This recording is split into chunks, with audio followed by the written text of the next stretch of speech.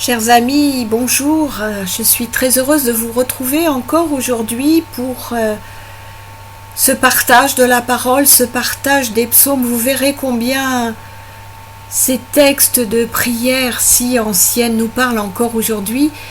Le psaume sur lequel nous allons nous pencher, que je vous invite à lire avant d'entendre le commentaire que je vous en propose, est aujourd'hui le psaume 10. Alors ce psaume 10, c'est justement ce psaume à partir duquel la numérotation entre nos Bibles dites catholiques et protestantes diffère, puisque pour les Bibles catholiques, le psaume 10 est la fin du psaume 9. Donc je vous invite à lire ce passage avant de démarrer dans une étude un peu plus approfondie.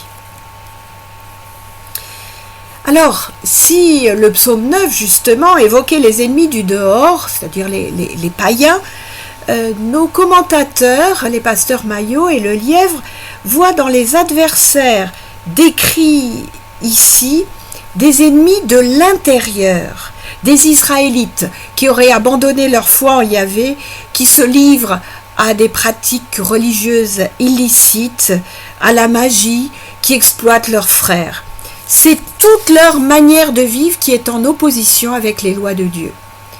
La pensée hébraïque, en effet, ne fait pas de distinction entre l'éthique et le religieux. Écoutez bien cela, pour eux, respecter Dieu se manifeste dans tous les actes de sa vie.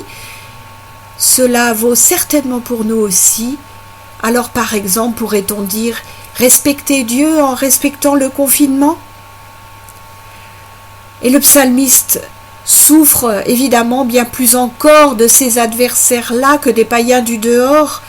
Cela nous fait penser, nous disent nos auteurs, donc non sans humour, à cette phrase célèbre « Seigneur, charge-toi de mes amis, mes ennemis je m'en charge ». Et devant une telle détresse, le cri du psalmiste retentit « Pourquoi ? Pourquoi, Seigneur, te tenir loin, te cacher ?»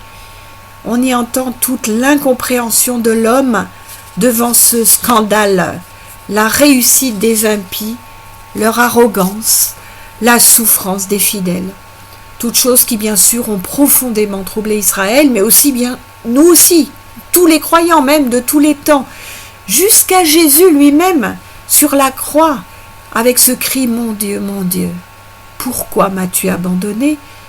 que l'on peut traduire aussi à « À quoi m'as-tu abandonné ?»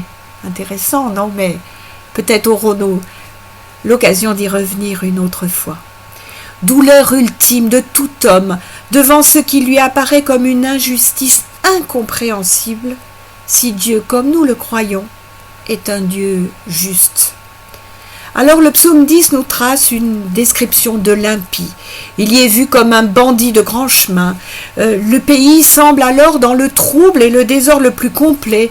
Des hordes de malfaiteurs le parcourent, pillent, assassinent. Et nous, c'est un virus qui circule. Ces bandits sont bien des Israélites. On comprend combien, donc le psalmiste, je l'ai dit, peut être encore plus atteint. Si la volonté de Dieu d'élire Israël correspond bien à son choix des petits, des humbles, des opprimés, que faire donc de ces impies du dedans qui ne correspondent bien sûr en aucun cas aux critères d'élection de Dieu? Des hommes qui, semble-t-il, se livrent en plus à toutes sortes de blasphèmes et pratiquent la magie. Ces hommes pensent en fait, par leur rite, soumettre la divinité à leur service. Mais ils se gardent bien d'avoir recours à Yahvé. Ils se contentent de l'ignorer, considérant que vu leur réussite, Yahvé n'a pas de pouvoir sur cette terre. Ils vont jusqu'à dire « Dieu n'existe pas ». Sans doute, affirme-t-il, Yahvé en tant que Dieu d'Israël, Yahvé n'existe pas, mais le psalmiste ne peut se résoudre à écrire et à chanter cela, même pas comme une citation, tellement il trouve que c'est blasphématoire. Et ce que reproche l'impie à ce Dieu-là, c'est justement de ne pas avoir moyen, en recourant à des pratiques magiques qui lui donneraient force et assurance, et lui permettrait de mettre la main sur lui. Nous retrouvons là la tentation première de l'homme, être aussi fort, sinon plus fort même que Dieu. Rappelons-nous pourtant qu'il nous est dit « Tu ne tenteras pas le Seigneur ton Dieu ». Tandis que le fidèle, lui, ne peut qu'espérer et prier. Car si le psalmiste sait qu'il n'est pas maître de Dieu, il manifeste néanmoins sa confiance que Dieu agit et agira. À la suite donc des pasteurs Maillot et le lièvre, il est intéressant de remarquer combien notre Premier Testament, il est tellement d'actualité qu'on aurait une grande difficulté à l'appeler Ancien Testament. Donc notre Premier Testament, combien il a pris à bras le corps ce problème, sans se cacher les yeux, mais sans non plus lui donner une réponse trop rapide et trop endormissante, une réponse trop mièvre. La Bible hébraïque ne donne pas de réponse définitive à ce scandale du mal. Le livre de Job lui-même qui lui est consacré en arrive à cette conclusion: l'homme est trop petit pour comprendre. L'Ecclésiaste affirme de son côté que l'homme a beau se fatiguer à chercher, il ne trouve pas. Alors Israël s'est refusé à donner une réponse que nos exégètes qualifient d'opiacée, en renvoyant dans un monde futur la résolution définitive de ces injustices. Il pose ces deux affirmations. Le Seigneur est roi, c'est vrai. L'impie triomphe et le fidèle souffre, c'est vrai aussi. Mais il médite sur cette question: laquelle de ces deux propositions est la plus vraie? Et c'est là que les positions du croyant et de l'incroyant diffèrent. La solution trouvée par le psalmiste est celle de la prière. La prière vue non pas comme une fuite, mais comme une description exacte de ce scandale. Ainsi, ces psaumes que nous, chrétiens du XXIe siècle, trouvons parfois violents et dont nous nous étonnons que de tels propos, de telles demandes puissent faire partie d'une prière, sont justement la démarche choisie par un peuple pour déposer devant Dieu, lui montrer tout ce qui le blesse, tout ce qui le trouble, ainsi que les sentiments violents que cela suscite en lui. C'est une belle preuve de confiance que cela, de se dire que Dieu peut accepter d'entendre tout cela, nos colères, nos révoltes. Le psalmiste accepte de se présenter devant Dieu comme un simple humain, avec ses incompréhensions, ses douleurs, ses colères, son désespoir et ses révoltes. Sa prière n'est pas édulcorée de la vie.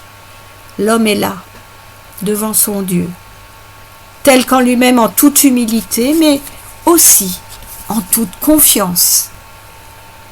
Je vous le demande, quel autre Dieu agréerait un fidèle aussi démuni? En même temps, pas plus que les psalmistes dont escamoté la réalité du drame qui se joue pour eux et pour le peuple, ils n'ont été paralysés par lui. Parce qu'ils restent convaincus que le Seigneur est roi, mais surtout qu'il est vivant. Il n'est pas une espèce d'essence métaphysique figée et définie une fois pour toutes. Il est un Dieu qui chemine avec son peuple dans son histoire telle qu'elle se déroule.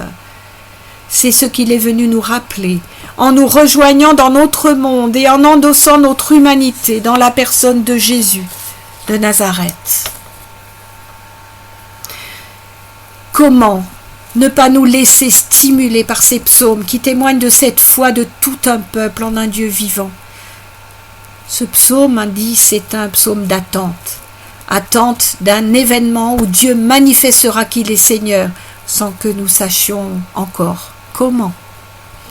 Devant ces prières, nous pouvons, nous, lecteurs contemporains peu familiers de ces formes poétiques, nous poser toujours la question: le psalmiste considère-t-il la situation de crise comme déjà réglée ou pas encore?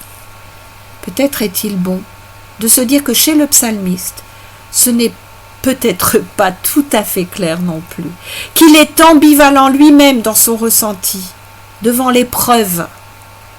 Et en cela n'est-il pas tout à fait notre frère?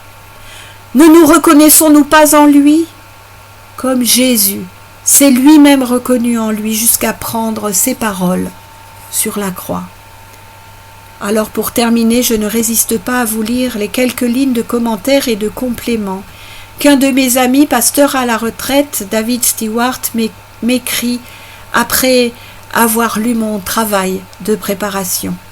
Je pense, me dit-il à juste titre, que pour ce psaume, comme pour les autres psaumes de supplication et de colère, les ennemis intérieurs ne sont pas seulement ceux de l'intérieur du peuple, mais aussi les ennemis intérieurs du psalmiste, ce qui, en lui, s'oppose à son élan vers Yahvé.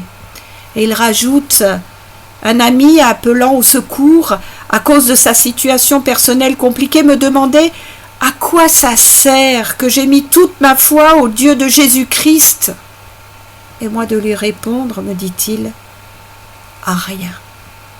Notre foi ne nous dispense pas des luttes intérieures, des combats pour continuer à croire. Dieu est absent en nous souvent. Il paraît nous avoir oubliés. Mais de quel Dieu parlons-nous? Un Dieu bouche-trou?